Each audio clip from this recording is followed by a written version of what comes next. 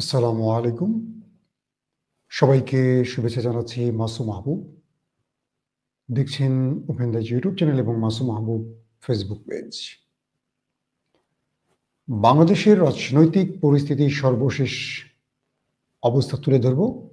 পাশাপাশি পাকিস্তানের ভেতরে ইমরান খানকে নিয়ে কি চলছে এস্টাবলিশমেন্টের এবং পাক আফগান সীমান্তে ব্যাপক লড়াইয়ের খবর পাওয়া যাচ্ছে। আমরা সেইখানকার সর্বশেষ লাইভ আপডেট আপনাদের জানাবো। দর্শক, যদি শুনতে এবং দেখতে পেয়ে থাকেন আমাকে কমেন্ট করে একটু জানাবেন। আজকে সর্বাধিক অগ্রাধিকার পাবে চট্টগ্রামের বন্ধুরা। আমি এক একদিন এক একটা অঞ্চলের বন্ধুদের দেখতে চাই। চট্টগ্রামের পেয়েছি, জি, খুব শিগগিরই চট্টগ্রাম সফরে আসছি। আল্লাহ সুস্থ রাখলে, বাঁচিয়ে রাখলে 12-13 তারিখে চট্টগ্রামে ঢুকবো এবং আমি ঘোষণা দিয়েছি সন্দ্বীপের বন্ধুদের উদ্দেশ্যে যে এবার সন্দ্বীপ ঘুরতে আসবো। অনেকেই সন্দ্বীপের কথা বলেছেন। চারদিকে পানি, মাঝখানে একটা দ্বীপ দেখতে চাই। সন্দ্বীপের মানুষরা নাকি খুব ভালো রান্না করে। দর্শক, চলে যাচ্ছি মূল খবরে। প্রথমে বাংলাদেশের প্রসঙ্গ আপনাদের তুলে ধরছি। আজকে প্রথম আলোর একটা দুর্দান্ত খেলা দেখলাম। প্রথম আলো যে খেলাটা সবসময় খেলে, আমাদের নাসিরউদ্দিন পাটোয়ারিকে নিয়েও কথা বলবো, কারণ নাসিরউদ্দিন পাটোয়ারি বিএনপি জামায়াতকে আজকে মোটামুটি ধুয়ে দিয়েছে। সেই বিষয়টিও আমরা আলোচনা রাখবো। প্রথম আলো আজকে জরিপ চালিয়েছে। সেই জরিপে বাংলাদেশের মানুষ কাকে প্রধানমন্ত্রী দেখতে চান সেখানে তারেক রহমানকে এগিয়ে রেখেছেন এমন একটি জরিপ দেখেছি আমরা। পাশাপাশি আগামী নির্বাচনে, মানে ত্রয়োদশ সংসদ নির্বাচনে দেশের মানুষ আওয়ামী লীগকে নির্বাচনে দেখতে চায়, এটার উপর তারা একটা জরিপ করেছে। সেখানে বলছে জুলাই গণ অভ্যুত্থানে পতিত দল আওয়ামী লীগকে বিনা শর্তে অথবা শর্ত দিয়ে নির্বাচনে চান বেশিরভাগ মানুষ। খেয়াল করবেন, একটি বড় অংশ অবশ্য আওয়ামী লীগকে ভোটে দেখতে চান না, তবে অধিকাংশ মানুষ আওয়ামী লীগকে ভোটে দেখতে চান। এটা 60%-এর উপরে দেখিয়েছে প্রথম আলো। অর্থাৎ আওয়ামী লীগকে যে কোনোভাবে আবারও রাজনীতিতে এস্টাবলিশ করার জন্য প্রথম আলো একটা কৌশল হাতে নিয়েছে। খেয়াল করবেন, ভালো করে একটু আপনারা শুনবেন। জরিপে প্রশ্ন করা হয়েছিল আগামী জাতীয় সংসদ নির্বাচনে গণ অভ্যুত্থানে পতিত দল আওয়ামী লীগের অংশগ্রহণ সম্পর্কে আপনার মতামত কি। এই প্রশ্নে 27.8% উত্তরদাতা বলেছেন বিনা শর্তে আওয়ামী লীগকে ভোটে অংশ নিতে দেওয়া উচিত।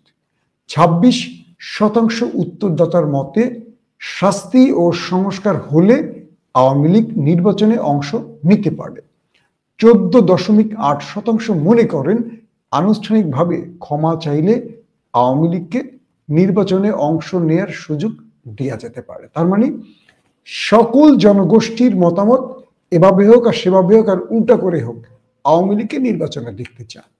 যখন রাষ্ট্র বা বাংলাদেশের গণতন্ত্রকামী সকল রাজনৈতিক দল মনে করছেন ফ্যাসিস্টদের এই নির্বাচন থেকে দূরে রাখা, যেহেতু বাংলাদেশে 3টি নির্বাচন হয়েছে যেখানে আওয়ামী লীগ ছাড়া কেউ অংশ নিতে পারেনি, তাই জুলাই বিপ্লবের অংশীজনদের দাবি আগামী 3টি নির্বাচনে ঠিক একইভাবে আওয়ামী লীগকে নির্বাচন থেকে দূরে রাখতে হবে।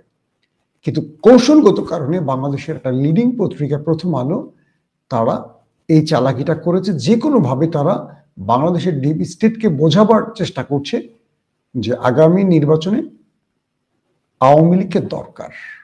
এটা তারা কৌশলটা ব্যবহার করেছে। আরেকটা প্রশ্ন তারা করেছে এভাবে যে আগামী জাতীয় সংসদ নির্বাচনের পর যে সরকার গঠিত হবে এর প্রধানমন্ত্রী হিসেবে বিএনপির ভারপ্রাপ্ত চেয়ারম্যান তারেক রহমানের সম্ভাবনা বেশি দেখছে মানুষ। আর প্রায় 1/4 মানুষ জামায়াত ইসলামের আমির শফিকুর রহমানের প্রধানমন্ত্রী হওয়ার সম্ভাবনা দেখছেন। ওই জরিপটিতে প্রশ্ন করা হয় বাংলাদেশের বিভিন্ন নেতার মধ্যে আগামী জাতীয় সংসদ নির্বাচনের পর প্রধানমন্ত্রী হওয়ার সম্ভাবনা কার বেশি বলে মনে করেন। এই প্রশ্নের জবাবে সবচেয়ে বেশি 47.5% মানুষ বিএনপির ভারপ্রাপ্ত চেয়ারম্যান তারেক রহমানের পক্ষে মত দিয়েছেন। আমি খবরটিতে খুশি হয়েছে, যদি এটা 50-এর উপরে হতো আরো বেশি খুশি হতাম। কিন্তু প্রথম আলোর প্রতি আমি খুশি হতে পারি না। কেন পারি না? প্রথম আলো যখন ডাকসুর জরিপ চালিয়েছে তখন আমরা দেখেছিলাম শিবিরকে 3 নম্বরে রেখেছিল, 1 নম্বরে ছাত্র দলকে। এবং যখন রেজাল্ট হয়েছে দেখা গেছে শিবির 1 নম্বরে গেছে, শুধু না বিএনপির চেয়ে 3 ভাগ বেশি ভোট পেয়েছে। অর্থাৎ শিবির যদি 4 ভাগ পায়, বিএনপির ছাত্রদল 1 ভাগ পেয়েছে, মানে 3 ধাপ এগিয়ে ছিল শিবির। তার মানে প্রথম আলো যে জরিপগুলো করে আমাদের ধরে নিতে হবে তার উল্টোটা। এখন আমার নেতা তারেক রহমানকে বিজয়ী করেছেন বলে আমি খুশি হয়ে প্রথম আলোকে অ্যাপ্রিসিয়েট করবো, বিষয়টা এরকম না। আমি চাই তারেক রহমান আগামী প্রধানমন্ত্রী হন, এটা আমার মনে প্রাণে বিশ্বাস তিনি হবেন। কিন্তু প্রথম আলোর এই জরিপটি বিএনপিকে একটা ট্র্যাপে ফেলতে পারে আমার মনে হয়। প্রথম আলো বিএনপিকে বোঝাচ্ছে আগামীতে আপনারা ক্ষমতা আসছেন, জনমত জরিপ এটা এটা এটা। বেসিক্যালি এই জরিপ কতটুকু সত্য? প্রথম আলো বাংলাদেশে এরকম বহুত বড় বড় অঘটন ঘটায় তারা এই গণমাধ্যমটিকে ব্যবহার করে।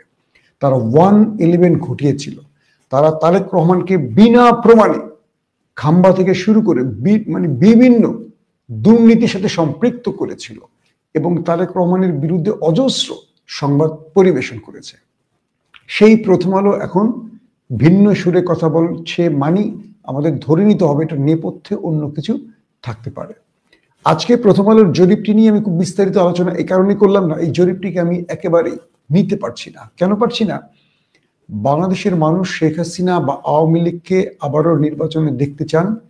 এটি প্রথম আলোর জরিপটা সম্পূর্ণ ভুল বা মিথ্যা বা বানোয়াট মনে হচ্ছে। কারণ প্রথম আলো সেই কাজটি করেন যে কাজটি তাদেরকে ওই দিল্লি থেকে প্রেসক্রিপশন দেয়া হয়, দিল্লি থেকে তাদেরকে সাজিয়ে দেয়া হয় কোন কাজটি করতে হবে। আপনি যদি মনে করেন প্রথম আলো বা ডেইলি স্টারের অফিসটি হলো একটা ভারতীয় এম্বাসি, একদম কনফার্ম ধরে রাখেন। একটা সময় আমি যখন ইউনিভার্সিটিতে পড়ি তখন অবসর সময় আমি লেখালেখি করতাম, তো এই প্রথম আলোতে তখন আমি কন্ট্রিবিউশন করতাম, মানে যেটাকে আমরা কন্ট্রিবিউটর বলি। তো এই সময় বিভিন্ন বিষয়ে আমাদেরকে দিয়ে মানে পরিকল্পনা মাফিক আমাদেরকে দিয়ে লেখানো হতো, এটার জন্য আমাদেরকে অর্থ দেওয়া হতো।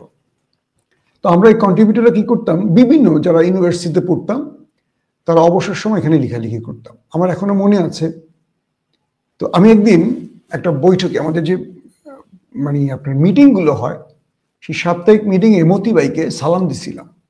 উনি পারেন আমার ঘাট ধরে বের করে দেয় সালাম দেওয়ার কারণে, এই তুমি কি জঙ্গি, তুমি কি মৌলবাদী, good morning, good night, good afternoon এইটা চলবে, প্রথম আলোতে সালাম চলবে না।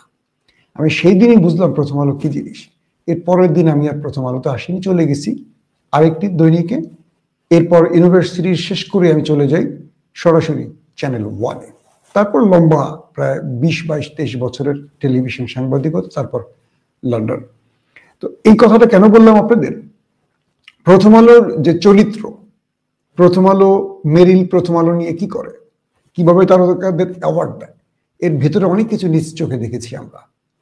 আজকে প্রথম আলো নিয়ে আলোচনা করতে আসছি না, আসছি প্রথম আলোর জরিপে কেউ বেশি খুশি হয়ে মিষ্টি বিতরণ করবেন না। প্রথম আলো তাই বলে যা সমাজ থেকে উল্টোটা। প্রথম আলোর প্রতিটি কাজে একটা মিশন আছে এবং দিল্লির প্রতিটি ইশারাকে বাস্তবায়নের দায়িত্বটা প্রথম আলো পালন করে। সো এই জরিপকে আমরা নিতে পারছি না, তবে বিশ্বাস করি আগামী দিনে প্রধানমন্ত্রী হিসেবে আসবেন আমাদের দেশনায়ক তারেক রহমান। তবে জামাত একটা ভালো অবস্থায় থাকবে এটাও আশা রাখি, কারণ তাদেরকে প্রয়োজন। একটা শক্তিশালী বিরোধী দল না থাকলে বিএনপির যে অবস্থা দেখতে পাচ্ছি, এটা কি করবে দেশের আল্লাহ ভালো জানে। সো একটা শক্তিশালী বিরোধী দল আমরা দেখতে চাই। আসেন 2 নম্বরে আরেকটা বিষয় আছে, আমাদের নাসিরউদ্দিন পাটোয়ারি তার একটা বক্তব্য আজ শুনলাম। তিনি জামাতকে বলছেন তাদের পাখনা গজিয়েছে, আর বিএনপিকে মোটামুটি তারেক রহমানকে তো একদম চোর বাটপার বানিয়ে দিয়েছেন। আমি নাসিরউদ্দিন পাটোয়ারির কয়েকটা বক্তব্যের কোডিং অংশ বলছি। তিনি বলছেন যে জামাত ইসলামের পাখনা গজিয়েছে, তারা ধর্ম নিয়ে ব্যবসা করছে, তারা ইসলামের নামে অনইসলামিক কাজ করছে, তারা ভারতের তারা আওয়ামী লীগকে পুনর্বাসন করতে চাইছেন, ব্লা ব্লা ব্লা। আর তারেক রহমানকে উদ্দেশ্য করে বলছেন যে একজন নাকি দেশের দুর্নীতি বন্ধ করবেন, অথচ 2001 থেকে 2006 পর্যন্ত বাংলাদেশ দুর্নীতির চ্যাম্পিয়ন হয়েছে। যিনি নিজে দুর্নীতির বরপুত্র, তিনি নাকি দুর্নীতি বন্ধ করবেন। এবং এবং তারেক রহমানকে নিয়ে তিনি যথেষ্ট, কি বলবো, নামটি উচ্চারণ না করলেও ন্যাক্কারজনক শব্দ ব্যবহার করেছেন। আমি নাসিরউদ্দিন পাটোয়ারীকে উদ্দেশ্য করে বলতে চাই, ভাষার ব্যবহার শিখতে হবে। আপনারা কার বয়কার বা ল ছিঁড়ছেন আমরা জানি, আমাদেরকে কি বলবো, অন্য কিছু শেখাবেন না। নাসিরউদ্দিন পাটোয়ারী বলছে বিএনপি জামাত নাকি আন্দোলনের শক্তি নয়, তারা নাকি আন্দোলনকে ব্যবহার করছে, বিপ্লবকে, মানে জুলাই বিপ্লবকে ব্যবহার করছে। এদের নাকি ভূমিকা ছিল না বড় রকম। আমি নাসিরউদ্দিন পাটোয়ারী কি বলি, এই রাষ্ট্রে বিপ্লবের পর সবচেয়ে বেশি সুবিধা নিয়েছে কে? এনসিপি নামক একটি দল। তারা কিংস পার্টির মতো চরিত্রে ছিল, এখনো আছে। এই রাষ্ট্রে পোস্টার বয় আসিফ, নাহিদ, মাহফুজ হাজার হাজার কোটি টাকা লুটপাট করেছে, সেটা রেকর্ড আসতে শুরু করছে। ঠিক সময় মতো দেখবেন আপনারা কোন কোন দেশে এই টাকা সরানো হয়েছে, এরকমও তথ্য আমাদের কাছে আসতে শুরু করছে। আমরা সকল তথ্য হাজির করব ইনশাআল্লাহ। হ্যাঁ, বিএনপির কিছু নেতার বিরুদ্ধে অভিযোগ এসছে, তারা এটা দখল করছে, কিন্তু বড় মাপে বিএনপির বিরুদ্ধে বড় দুর্নীতির কোনো অভিযোগ কেউ দিতে পারবে না।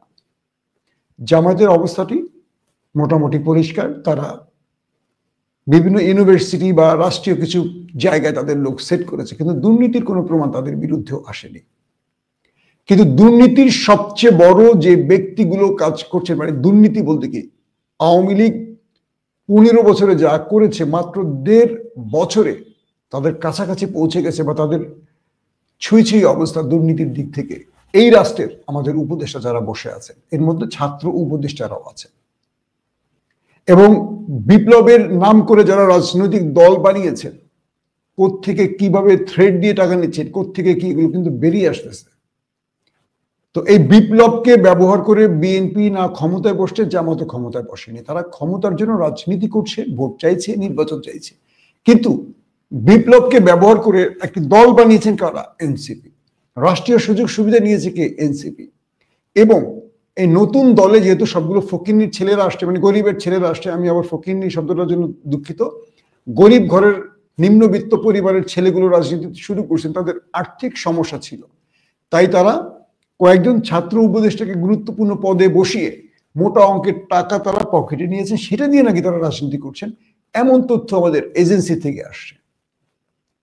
এখন চোরের মুখে বড় কথা না, বলে না চোরের মুখে রাম নাকি রাম নাম, বা চোরের মায়ের বড় গলা। নাসিরউদ্দিন পাটোয়ারী, আমি আপনাকে বলছি, তারেক রহমানকে উদ্দেশ্য করে কথা বলার আগে একটি সত্য কথা আপনাকে মনে রাখতে হবে। শেখ হাসিনার মতো একজন, মানে কি বলবো, ব্যক্তি গত 15 বছরে তারেক রহমানের বিরুদ্ধে একটি অপরাধ প্রমাণ করতে পারেনি দুর্নীতির। আর আপনি খবরপত্রের সেই শিরোনাম ধরে যদি তাকে অপরাধী বলেন, আগামী দিনে আপনাদেরকেও টেনে ধরা হবে। আপনাদের আসিফ মাহফুজ, নাহিদরা, বা আপনাদের আরো যারা সরকারের গুরুত্বপূর্ণ অংশ হয়ে আছেন নেপথ্যে, একদম সরকার গঠনের পর থেকে যারা বিভিন্ন জায়গায় পদায়নের জড়িত ছিলেন, কার থেকে কত টাকা নিয়েছেন, এগুলো বেরিয়ে আসতেছে। সো বুঝে শুনে কথা বলা উচিত, বড়দেরকে সম্মান করবেন। বিএনপির ভুল আছে, আমরা সমালোচনা করি যে বিএনপির মাঠ পর্যায়ে ব্যাপক চাঁদাবাজি চলছে, দখলদারিত্ব চলছে, কিন্তু তার মানে আপনি একেবারে জিয়া পরিবারকে কটাক্ষ করবেন প্রমাণহীন, এটা মানব না। আপনি জামাতের সমালোচনা করেন, জামাত হিন্দু প্রার্থী দিয়েছে, ব্যাখ্যা, রাজনৈতিকভাবে আপনারা একে অপরের সমালোচনা করেন, কিন্তু এই ভাষা না। জামাত বিপ্লবকে ব্যবহার করেছে বলে মনে হয় না। যদি জামাত বিপ্লব ব্যবহার করতো, তাদের সাদিক কাইমরা আজকে উপদেষ্টা থাকতো। এবং আপনাদের বাকচাষ কয়টা ভোট পেয়েছে ঢাকা বিশ্ববিদ্যালয়ে আমরা দেখেছিলাম। তো আব্দুল কাদেরকে দেখেছিলাম, সাংবাদিক সমিতিতে আমার সামনে বসে আছে মাথা নিচু করে, তাকে ওই যে কফিটা ওইখানে বসে আমি খাইয়েছিলাম, আমি আর হামি বসেছিলাম, আব্দুল কাদের এসে দেখে মাথা নিচু করে বসে আছে। আমি কাদেরকে বললাম, তোমার ক্যারিয়ার তুমি নিজে ধ্বংস করছো। তাকে ব্যাখ্যা দিলাম সেদিকে না যায়। তো বিষয়টা হলো, আপনারা বিএনপি জামাতকে গালাগাল দিয়ে যদি মনে করেন যে আপনাদের দলকে জনপ্রিয় করবেন, চ্যালেঞ্জ দিলাম, ওপেন চ্যালেঞ্জ দিলাম, আমার ভিডিওটা রেকর্ড রাখেন। আগামী নির্বাচনে এনসিপি একটি আসনও পাবে না বাংলাদেশের কোনো প্রান্ত থেকে। যদি একটি আসনও পায়, আমি সাংবাদিকতা ছেড়ে দেব। হ্যাঁ, পেতে পারে যদি বিএনপি জামাত করুণা করে কোনো একটি জায়গায় তাদের ছাড় দেয়। কিন্তু ভোটে একটি কমিশনার, মানে পৌরসভার কমিশনার বা ইউনিয়নের মেম্বার হওয়ার যোগ্যতা হয়নি এনসিপি। কারণ 15 মাসে এনসিপি এমন কিছু দেখাতে পারেনি এই দেশকে যে মানুষ তাদেরকে ভোট দেবে। একদম সহজ কথা বলছি। তারা তাই করছে পূর্বে যারা দা করে গেছে। তারা কেবল লুটপাট করছে, আর একটা দল বানিয়েছে, আর শুধু খোঁচাইছে মানুষকে। সো নাসিরউদ্দিন পাটোয়ারিকে বলছি, ভাষা ব্যবহার শেখেন। যত সুন্দর ভাষা ব্যবহার করবেন, মানুষ আকৃষ্ট হবে। এরকম অন্য দলকে খুঁচিয়ে, অন্য দলকে আঘাত করে, অন্য দলের নামে প্রোপাগান্ডা ছড়িয়ে, মিথ্যাচার করে নিজের দলকে কখনো জনপ্রিয় করা যায় না। এটা শিষ্টাচার বা সভ্যতার অংশ নয়। নতুন প্রজন্ম বা তরুণ প্রজন্ম চায় শিষ্টাচার, সৌন্দর্য, ভদ্রতা, শ্রেষ্ঠত্ব। আপনি আপনার ভাষা দিয়ে মানুষকে আকৃষ্ট করবেন। যদি পূর্বের মতো আপনিও কাদা ছোড়াছড়ি করেন, তাহলে আমরা বলবো আপনাদের জন্য লাল কার্ড। দর্শক, শেষ প্রসঙ্গ হলো পাকিস্তান। ইমরান খানের বোনেরা আজকেও আডিয়ালা জেলে আসবেন ইমরান খানের সাথে দেখা করার জন্য, আসছিলেন। কিন্তু পুরো আডিয়ালা জেলের আশপাশে রাষ্ট্রের সকল নিরাপত্তা বাহিনীকে সেট করে দিয়েছে আসিম মনির সরকার। রাইট কার, প্রিজন ভ্যান, চল কামান, আধুনিক যত অস্ত্র আছে, নিরাপত্তা বাহিনী সবগুলো নিয়ে হাজির আডিয়ালা জেলের সামনে। এরপর আডিয়ালা জেলের সামনেই সকল বাধা টপকে ইমরানের 3 বোন সেখানে হাজির হন এবং সেখানে তারা এহতেজাজ, বিক্ষোভ শুরু করেন। আজকেও তাদেরকে, আমার রিপোর্ট, এই ভিডিওটি যখন করছি তখন পর্যন্ত আমি যেটুকু জেনেছি, তাদেরকে দেখা করতে দেয়া হয়নি। আদালতের নির্দেশ থাকার পরও আসিফ মনির, একজন সেনা প্রধান, ফিল্ড মার্শাল, তিনি অন্যায়ভাবে আইএসআইকে ব্যবহার করে, জেল কর্তৃপক্ষের উপর চাপ প্রয়োগ করে ইমরানকে তার আইনি যে অধিকার সেটিও দেননি। এবং বলা হচ্ছে জেলখানার ভেতরে কোনো নিরাপত্তা বাহিনী ইমরানের দায়িত্বে নেই। যারা আছেন সব আইএসের এজেন্ট, মানে এজেন্সির লোকেরা, অর্থাৎ গোয়েন্দা বাহিনীর লোকেরা। তারা ইমরানের সাথে ভালো ব্যবহার করছেন না। দ্বিতীয় যে খবর সেটি হলো, পাক আফগান সীমান্তে ভয়াবহ আক্রমণ হয়েছে। আজও দুপক্ষেরই অজস্র সেনা মারা গেছে। পাকিস্তানের সূত্রগুলো বলছে কয়েকদিন ধরে, গতকালকে এবং কয়েকদিন ধরে আফগানের বিভিন্ন সন্ত্রাসী সংগঠন পাকিস্তানের ভেতরে আত্মঘাতী অ্যাটাক সহ বিভিন্ন ধরনের এক্সপ্লোজিভ অ্যাটাক করেছে। ফলে পাকিস্তান নিরাপত্তা বাহিনী, কাউন্টার টেররিজম, তারা আফগান সীমান্তের ভেতরে ড্রোন এবং আরো কয়েকটি পদ্ধতি ব্যবহার করে অ্যাটাক করেছে। এবং কয়েকটি সূত্র বলছে পাকিস্তানের আর্টিলারি, ট্যাঙ্ক আফগান সীমান্তের কাছে জড়ো হচ্ছে এবং পাকিস্তান আফগানের ভেতরে ঢুকে বড় কোনো অ্যাটাক করতে পারে এমন সম্ভাবনার কথা উল্লেখ করা হচ্ছে। তবে আজকের আফগান সীমান্তে যে ড্রোন অ্যাটাক হয়েছে, এই ম্যাসিভ ড্রোন অ্যাটাকে অজস্র আফগান সেনা বা আফগান নাগরিক মারা গেছে এবং আফগানদের পাল্টা অ্যাটাকে পাকিস্তানের এখন পর্যন্ত 6 জন জওয়ান সেনা প্রাণ হারিয়েছে। পাকিস্তানের কয়েকটি সূত্র বলছে রাতে আরো বড় অ্যাটাক করতে যাচ্ছে পাকিস্তান এবং পাকিস্তান এই আক্রমণে আফগানের ভেতরে থাকা যে সন্ত্রাসী আস্তানাগুলো আছে সেগুলো টার্গেট করছে। এবং পাকিস্তানের পক্ষ থেকে একই অভিযোগ আবারও করা হয়েছে যে আফগান সন্ত্রাসীদের অস্ত্র, অর্থ, মদত দিচ্ছে প্রতিবেশী দেশটি, অর্থাৎ দিল্লিকে দায়ী করছেন।